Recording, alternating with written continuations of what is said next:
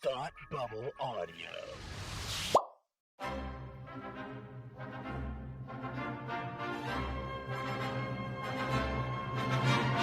Look, up in the sky! You will never find the more wretched hive of scum and villainy. Welcome to Beer with Geeks with Tim and Frank.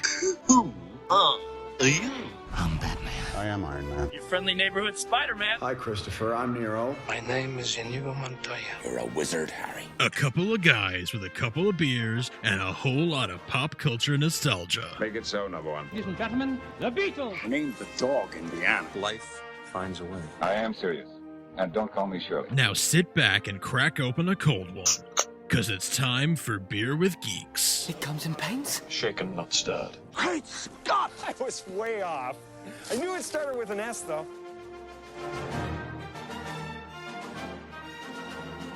Hi, and welcome to Beer with Geeks, where two geeks geek out with beer. I'm Tim, and with me, as always, is my in-universe friend Frank. How are you today? I'm doing pretty good as far according to continuity. Oh, that's good. Continuity is important. It's key, in fact. Continuity key. Clark Kent. Clark Kent, indeed. Frank, what are you drinking today? I am drinking a s'more. I'm sorry. I should clarify. S'more what? I am enjoying a Shiner s'more, as in Shiner from Spotswood Brewery, the people who make Shiner Bock. I am enjoying a Shiner s'more. It is a chocolate and marshmallow ale. Oh, I want that so bad. It's so good. Can I tell you how it's so good? This is from a variety pack that I built myself at the local shop where I get my beer here in town. Before all the social distancing was in place, I did one last run, and it is like a campfire in a bottle. It's got this malty, dark, roasted chocolate graham cracker and marshmallow flavor to it. It's really good. It's quite chocolatey, and then the graham cracker flavor comes through in like the malt, and you got a little bit of like vanilla, and it gives you sort of that marshmallowy, sweet flavor. It's great. It's a great, like, very cozy. I guess it would be. I mean, and in one sense, I would think of it as a summer beer because it's what you want to drink around a campfire, like outside. When you can go outside, but on the other hand, it's so like cozy that it almost feels like a winter beer, like you want to just like sort of sit in front of a fireplace inside and drink it. I don't know. I can't quite decide which. I guess it's good for either, but it's really something unique. So Shiner s'more, if you can find it. I've never seen it before. If you can find it, grab it because it's quite good. Oh, I want that so bad. We are drinking weird way similarly flavored drinks, because mine's also a beer. But this is from the Mast Brewing Company. It's the Gunner's Daughter Milk Stout. Ooh, okay, I see the similarity. Yeah, it is a beautifully aromatic milk stout with, get this, bold flavors of peanut butter, coffee, and dark chocolate. Oh, I love peanut butter and chocolate and coffee. I mean, and come on. Coffee. Mm-hmm. Yeah, I mean, it was all, you already had me at like peanut butter, but then I had the coffee and the chocolate. I know, it's true. I mean, honestly, you kind of had me at stout. Yeah, right. Yeah. And then to add the rest. So because it's coffee and dark chocolate, you almost get this like this kind of like chocolate espresso kind of vibe going on with the peanut butter. It's really good, but not so sweet that it like punches you in the face. And the peanut butter kind of envelops the chocolate instead of the chocolate enveloping the peanut butter. So it's really more peanut butter than chocolate. All right. But, yeah, it's really it is quality. I would recommend. Nice. Mast Landing, Gunner's Daughter. Mast Landing. I've had something from Mast Landing before. That sounds so familiar. They're from Westbrook, Maine. Okay, maybe that's why. There you go. Yeah, the branding looks familiar. Craft, certified independent craft from the Brewers Association. Love it. Mm-hmm. So it sounds like all good things must come to an end, and it sounds like the DC animated movie universe is maybe about to wrap things up, huh? I think so. Justice League Dark Apocalypse War is set to hit digital on May 5th, Frank. I actually don't know if this episode comes out. No, yeah, it'll be out. It'll be then. up before then. Yeah. I didn't know. Sorry, quarantine. I'm like, what day is it? I honestly, days are meaningless. Calendars don't exist anymore. Yeah. I know it's April, but that's about it. So, they haven't really confirmed this necessarily. Warner Brothers Animation hasn't really confirmed this necessarily, but that Justice League Dark Apocalypse War is probably the last in-universe animated original movie, because they have another one coming after it. It's called Superman Man of Tomorrow, right? And that one's supposed to be the early days of Superman. So it sounds like they're just resetting everything, actually. You might call it a rebirth of sorts. Ooh, Frank, I like where your brain is at. So anyway, because it appears that this iteration of the DC universe is ending, we should take a look back before Justice League Dark Apocalypse War to kind of, see, like, was it worth it? Was this in universe? Like, which one were good? Like, was it good? Was it bad? And I thought maybe we could do like a check plus, check minus system next to all of them, like, to kind of see, like, were they worth it? Do you have a you wouldn't happen to, you know what I'm going to do? Actually, I'm going to make this a lot easier on myself than what I would. Okay, what are you doing? I was going to, like, let's copy and paste and do the thing. I'm just going to screenshot the thing and use markup. Oh, right on. Smart. Yep, and then I'll just write right on the Yeah, that's smart. Very smart. I'll just write right on everything. I allegedly would write right on it, but it's yeah. So do this on an iPad. Oh, it's amazing. What? Anyway, continue. There are, let me see, 13 or 14. I guess 14 so far, and then with Apocalypse War that'll be 15, which seems like a good place to end things, I suppose. 15 is a nice number and a pretty good run too for these, and it's probably best to maybe cut things off before it overstays its welcome, rather than like running it into the ground and people getting sick of it and all of that. So that's right. I'm down with agree. that. I'm down with that as a strategy. And hopefully, whatever happens next, I wonder if they'll keep things in a sort of continuity as they move forward, or if that will, if they'll do one-offs going on I don't know. moving forward. Maybe some voice actors will stick around. Maybe they won't. But let's start from the beginning and work our way forward, and we can kind of talk. So the first one technically is Justice League Flashpoint Paradox. Technically, because the Flashpoint story gives birth to this universe, this different universe, which is basically the New 52. So it makes sense that they're kind of wrapping it up, because there is no New 52 anymore. The DC has kind of moved on from that. Mm-hmm. So we're gonna do a check plus, check minus system. Okay. After we talk about each movie. I really like Flashpoint Paradox. I think it's real fun. It's a good adaptation of Flashpoint itself. Sometimes the animation is a little strange, like their heads are not the right size for their bodies. But besides that, I really like it. What do you think? Yeah, I think it's first of all, it was fun to get like a Flash movie in this a Flash centric movie, because so many of them are focused on one of like the Trinity or or Justice League. It's really fun to get a Flash movie in general, so I like that just off the bat. Mm-hmm. I do think it's a really fun movie. One of the more fun ones. I love the alternative reality aspect of things. Obviously, it's a good adaptation of the source material too.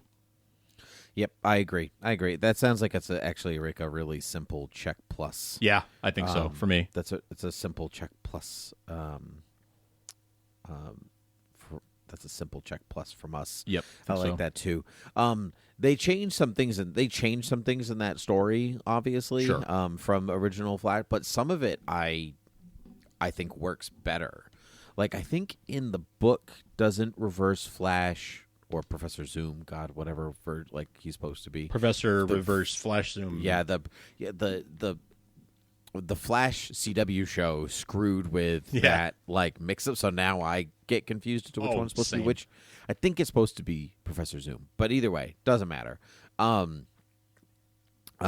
think the way he's dispatched in the movie, I think actually works better than it does in the book, because he's kind of one. It's much more gruesome, but it's also kind of it plays into like he's shot instead of stabbed with a sword, and I think that like the gun makes more sense considering it's Thomas Wayne that gets him Totally. and so yeah, but anyway, I enjoy Flashpoint Paradox. It's good stuff. I can't believe that was 2013? That feels like I know. It I feels know. like it was just yesterday, but that is quite a while ago. It was a while ago. What about Justice League War? Justice League War. This one I was not as enthusiastic about on the whole. No, it was okay. I don't know if I'd give it a check minus or just a check. It was. I guess I'd give it a check. It's a lot of action. It's very vivid and a lot of good visuals. I guess, and this is really where sort of the New 52 continuity really takes hold in this universe, right? Because like Flashpoint Paradox, it really kind of happens at the end. It's sort of like it teases the start of this continuity within this film universe. So this is where things really kick off. I mean, I guess a lot of it is that I'm not the biggest fan of the New 52 to begin with, but that aside, loved seeing Darkseid. Yeah, I don't even really care for their version of Darkseid in this movie. Like, there's like a voice modulator that, like, it's so deep, it's ridiculous. Like, he doesn't sound like a real anything, creature, god, humanoid. Like, doesn't it's a little strange. But I think you're right, and the action is good, and I think some of the character dynamics are good. Though I don't care for, say, the New 52 Superman, where he's like, so what can you do? He's a little cocky. And I don't like Superman to be cocky. He definitely don't need like to that. Be. That's the whole point. Yeah. The whole point of Superman is that he's the most comfortable guy in the room. He doesn't need to be. He doesn't need to show off, nor does he want to. Right. So, I think some of the voice cast is good. I think Jason O'Mara is like he's a good Batman. Who plays Superman? He plays Superman in all of them. It'll come to me later. I don't want to use a lookup, but I think they do. I think they do a good job. But as they've like replaced some of the Justice League War cast, like Nathan Fillion came back. That's right. For Hal Jordan after War, and Rosario Dawson is Wonder Woman after. Like those are better choices. Yes. They're more solid. Though Sean Astin's Shazam is great. I do love him. Yeah, he's great. But I think you're right. This is a check. It's neither great nor terrible. It just is. Yeah, I'm going to leave it a check. Yeah. Give myself room to go down a check minus. Yeah. I have a couple of check minuses like I know about, and Justice League War is not one of them. Yep. Son of Batman, this is the introduction of Damian into the universe. It's a adaptation of Batman and Son by Grant Morrison, his first arc on Batman post Infinite Crisis, and this movie is just okay. That arc in the book is great, and this movie is just okay. Average, right? It's like the most solid check that I think I have. It's just average. It is like middle of the road. It's not bad. It doesn't offend me. It's good. It's fine. It's fine. It's fine. It still has Ninja Man bats, and that's really all I care about because that is fun. And what I do like about the Batman movies is that they actually all tie together. They tell one story. Yeah. And I like that even though not all of these in-universe movies are great, they at least they are consistent in their tones, and they're consistent in like wrapping up storylines and all that stuff. So I like that part. What about Throne of Atlantis, Justice League Throne of Atlantis? Again, kind of middle of the road on this one. It sort of I mean, sort of fish out of water. Pardon the pun. It's there's lots of things to enjoy.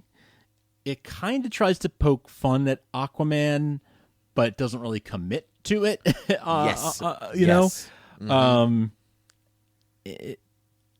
but it does make him relevant. It does make him more make Aquaman interesting. That's one of the things that always, I feel like they're always trying. The Aquaman Jason Momoa movie aside, I think there's always the thing of like, how are we going to make Aquaman not seem so silly? Like, and it's always very meta about that in the material. Yep.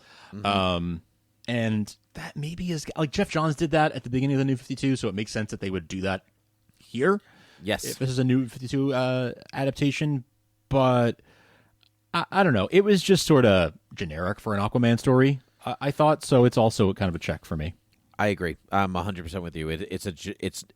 I think that's kind of I for the majority of these movies, that's the go-to. Like, you're fine. Yeah. Like most of them are. Yeah. Yeah. You're just fine. It's no big deal. Batman and Robin, I feel, is the same way. This is a Court of Owls adaptation. Batman versus Robin. Batman. Oh, did I say and Did I say and Robin? And Robin is a whole different story. That's true. That's a big old check plus from us over here. Can I give it 2 minuses? Yeah. Batman versus Robin is a Court of Owls adaptation, and kind of is almost like somebody read the Court of Owls synopsis on Wikipedia and then was like, that's good. We got it. That's close enough. It kind of takes all the mystery, like real fun scariness out of the court. Again, it's not bad. It's fine. They got to wrap everything in 70 minutes or however long, and that's tough sometimes. So it's like it's a decent outing. It's like if you need your Batman fix, it's good. It's a good adaptation. I think a little too many ninjas. You don't like the ninjas? I love the ninjas. It's not that I don't like them, it's that I like them in you can't there is a law of diminishing returns with them. And there's a point where it's like, all right, I've had enough. So that puts this as a check for me. Just a check. No, I'm with you on the check. And actually, same with Batman Bad Blood. This is Dick Grayson taking over the mantle for a movie and working with Damian. And it's the introduction of Batwoman and Batwing. And it's like, there's a lot going on, but it wraps up this, like, Batman trilogy inside the saga universe. Yeah. It's probably the weakest of the three, but I don't think it's so bad that it merits a check minus. Now, what do you think about Justice League versus Teen Titans? Check minus. Yeah. This movie was so boring. I know. Like, so bad. Tim, it's so bad. It was so bad. Ugh.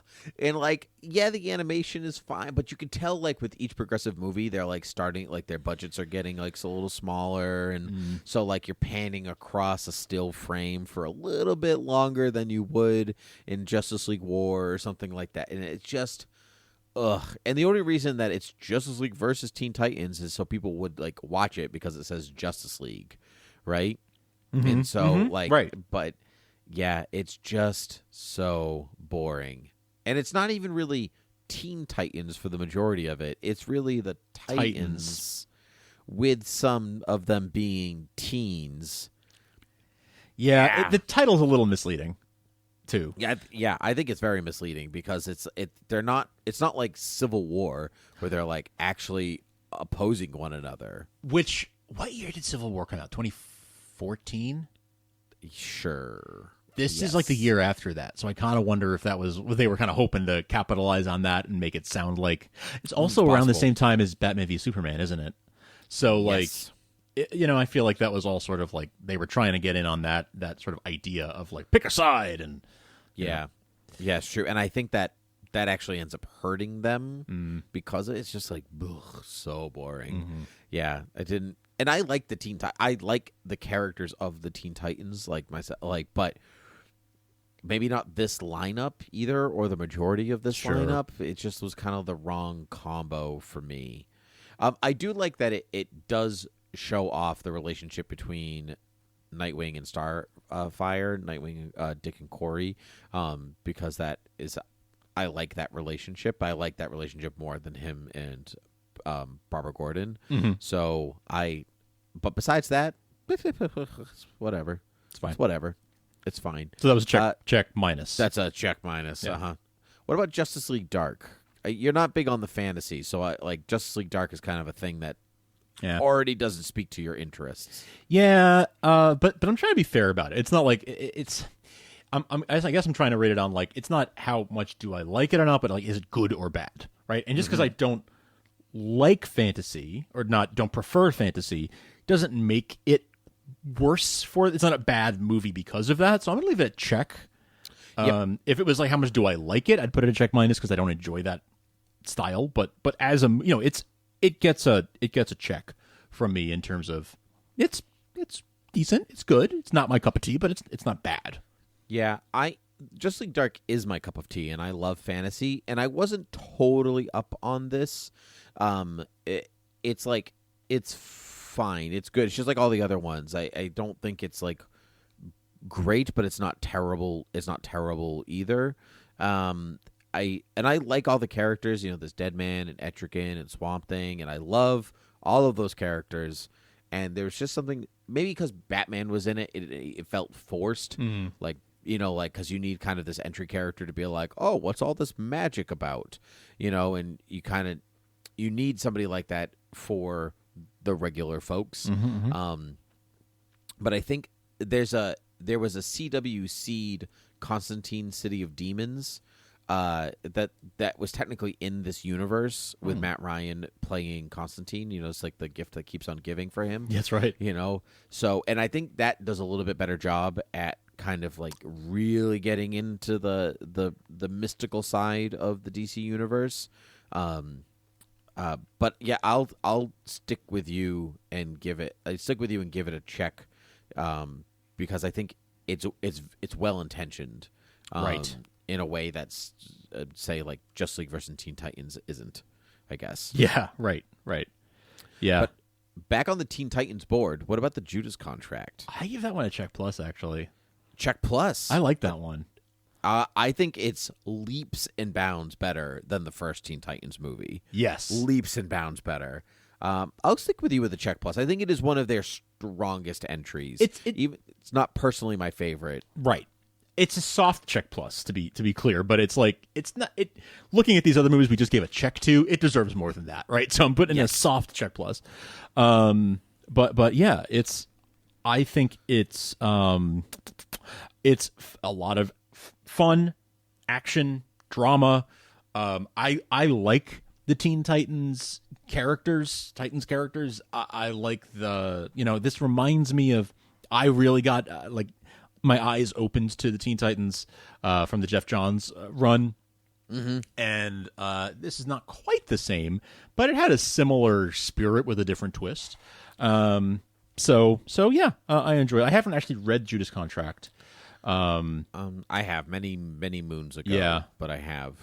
Yeah, it's a little. It's definitely different, but it fits. It has to fit into the Teen Titans of their universe that they create. Right, so that's okay.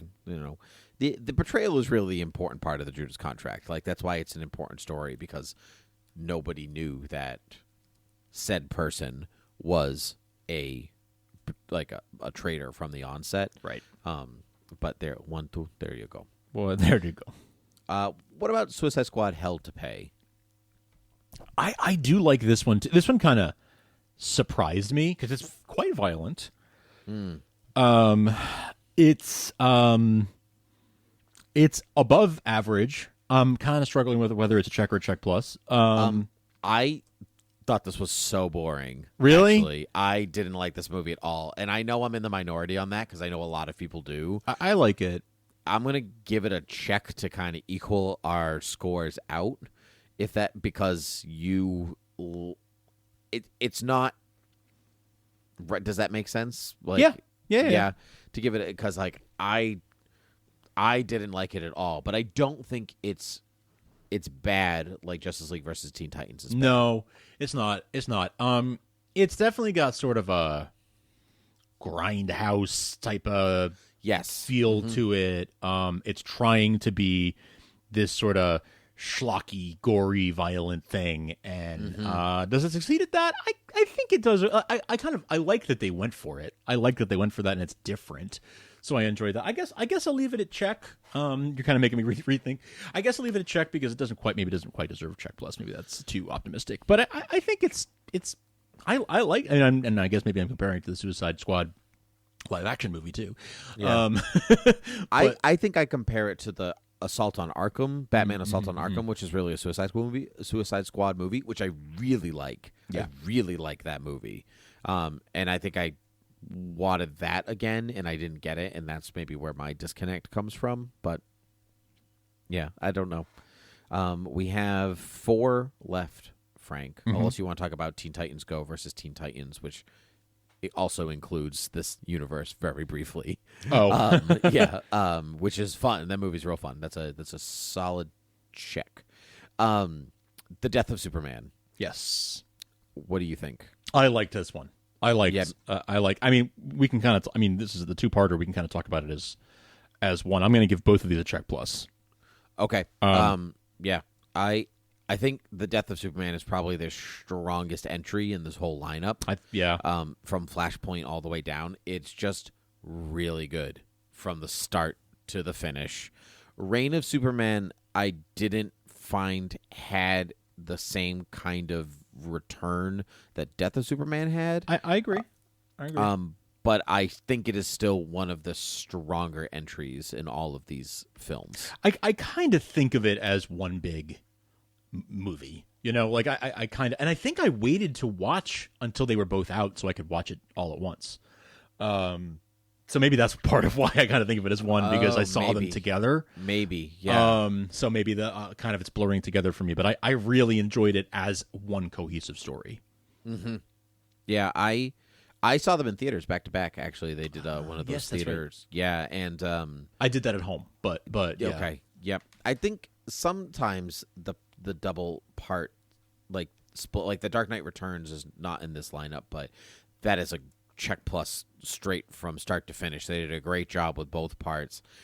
Reign of Superman, I just don't think like the second half of the story of the Reign of Superman is not nearly as interesting as the first half, and so I think that's kind of where it diminishes. But I don't think that's necessarily the fault of them. I think that's just, you know, Superman's coming back. Like that's not a mystery when you are revisiting this material in any form.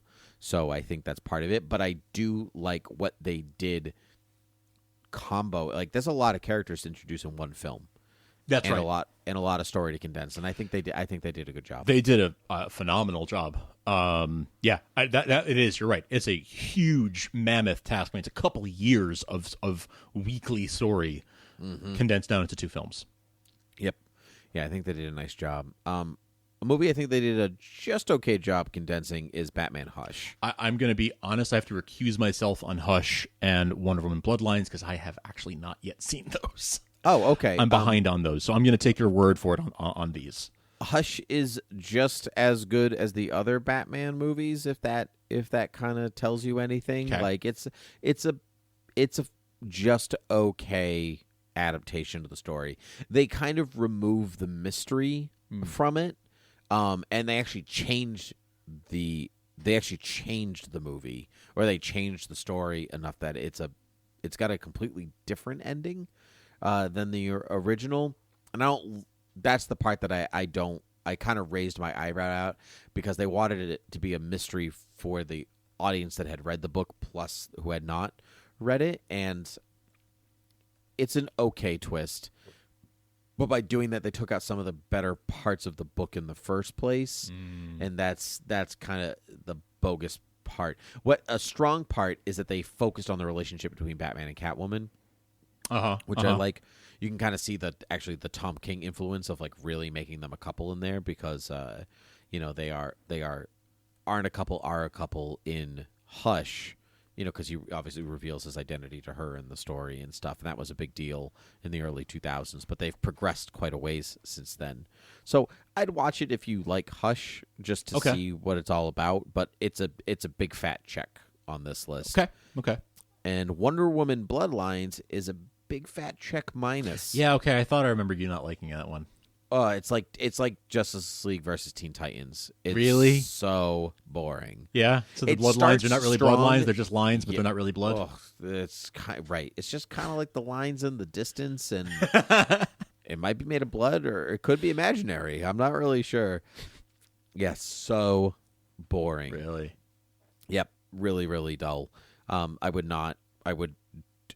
Nor does it have like any weight on the universe, so I would just leave it where it is. Okay. And that brings us to Justice League Dark, which I think looks incredibly violent and epic, and I can't wait to watch it. It seems like a fitting way to end things, Apocalypse War. Yes, and yeah, it's very cyclical, because it starts with Apocalypse and ends with Apocalypse, which is good. You know what? Kill anybody you want. If you're not like, you know what I mean? Like that's at that point, do whatever you want with it. I agree. If you're ending things anyway, you're closing things off. Like no holds barred, go for it. Like it's its own little pocket universe of 15 films or so. Just go for it and like tell the story you want to tell and don't limit yourself. Exactly. That's what I think. Yeah. Exactly. So I just did a quick math here, and I sort of did the average of like where I net out by like averaging up all the ratings that I did here, and it looks like I give the universe on the whole on average a sort of check and 2/3, like when you average it out. So, it's that's pretty good. Like that's a pretty good. That's a solid, that's a solid like 80-ish, I guess, right? Like that's like a solid B overall. That's pretty damn good. Yeah, if you look at, I just tallied the checks and the minuses. We have 4 check pluses to Flashpoint Paradox, Judas Contract, Death of Superman, Reign of Superman, and that's it. Yep. Okay, so that's 4. 2 check minuses, Justice League versus Teen Titans and Wonder Woman Bloodlines. And the rest of them are checks. They're just like down the road. Some of them leaned a little bit closer to check plus and a little bit closer to check minus, but they don't so rob themselves of like nothing that there's not something to enjoy in them. Right. So that's kind of where we land. So pretty good, all things considered. We're at like a B plus, A minus territory, which is like pretty solid. That's pretty solid. That's actually better than I thought. Like when I think of that universe overall, as a whole, like without really digging down into it, I don't think of it as like loving it as much as I apparently do. Because when I look at it movie by movie and break it down, I actually enjoy it more than I realize I do. Yep. Yeah, me too. Because I think about some of the like other adaptations like more fondly. Yeah. Even some of the newer ones I think of more fondly than these. But apparently I do like them. I think I like the continuity films better than the out of continuity films, and maybe that's what's tripping me up. You like wait. Go I like the continuity films.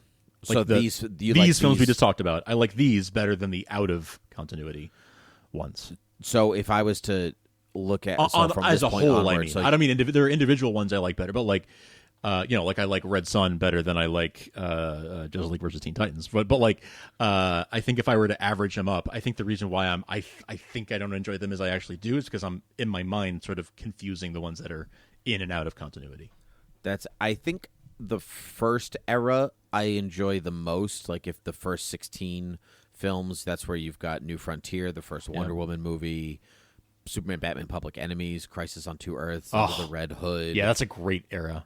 All-Star Superman, Apocalypse, Year One, Justice League Doom, Dark Knight Returns. That's really strong. Those early ones were really, really strong. And then that's when Bruce Timm stopped producing, and then it went into this different movie. But out of this next lineup, you're right. I think I do enjoy the in continuity ones for the most part a little bit more. There's exceptions. I like Assault on Arkham better. There's definitely exceptions. There's absolutely exceptions. Yep, and I like Gotham by Gaslight a lot. Oh yeah, actually, but yeah, I think you're right because there's like Justice League versus the Fatal Five, which is good. I don't love it. It's good. It's fine. I like The Killing Joke. Gods and Monsters was fine. Oh yeah. Yeah, it was enjoyable, but like Batman and Harley Quinn is probably the worst movie out of these 37 movies that they've made. I don't know. Gotham Knight still, I really did not like Gotham Knight. That's No, still the bottom yeah. of my list. Yeah, Gotham Knight, I at least like put some of the stories. Like, I'm like, oh, that Deadshot one is good. I like that one. That's fine. Whatever. But yeah, Batman Harley Quinn is not good. But oh well, what are you gonna do? On to Apocalypse War. So maybe we'll watch that when it comes out. Yeah. Yeah, Can we? yeah, Can we we? should talk Can about we? it. Can we? Yay! Yeah. All right, good stuff, Frank. Well, where can the people find us? Well, you can find us at beerwithgeeks.com. You can find us in anywhere you find your podcasts, like Apple Podcasts, Stitcher, Spotify. Any other podcast app, you can find us there. Subscribe to us with the RSS link. You can, of course, find us. You can email us at beerwithgeeks@gmail.com or tweet at us at beerwithgeeks on Twitter. You can find the rest of the network at thoughtbubbleaudio.com, where we have lots of other really fun shows that we think you'll enjoy. In fact, on a recent episode of, we released it on the Supergirl TV Talk feed. Because there is no Supergirl to speak of for a little bit here. We talked about Superman Red Son from the DC animated standalone collection. That was an episode that we did over on the DC movie. I almost called it Suicide Squadcast. Got to shake that DC movies Squadcast, DC Film Squadcast. I'm sorry, and we had a good time talking to Scott over there. So we were on their show, and they let us release that in the Supergirl TV Talk feed. So you'll find that over at thoughtbubbleaudio.com. You can support us on Patreon in these wild times. We know not everyone has disposable income, but if you've got a couple bucks that you are able to spend on things like entertainment, and you want to help us keep the shows going, please throw that our way at patreon.com/thoughtbubbleaudio. And we thank everyone who's able to contribute anything at all. We sincerely appreciate it. It helps us keep doing these shows that we love. So those are all the things you can do to help us and all the ways you can find us. Good stuff. Well then, I say to you, until next time, cheers. Cheers.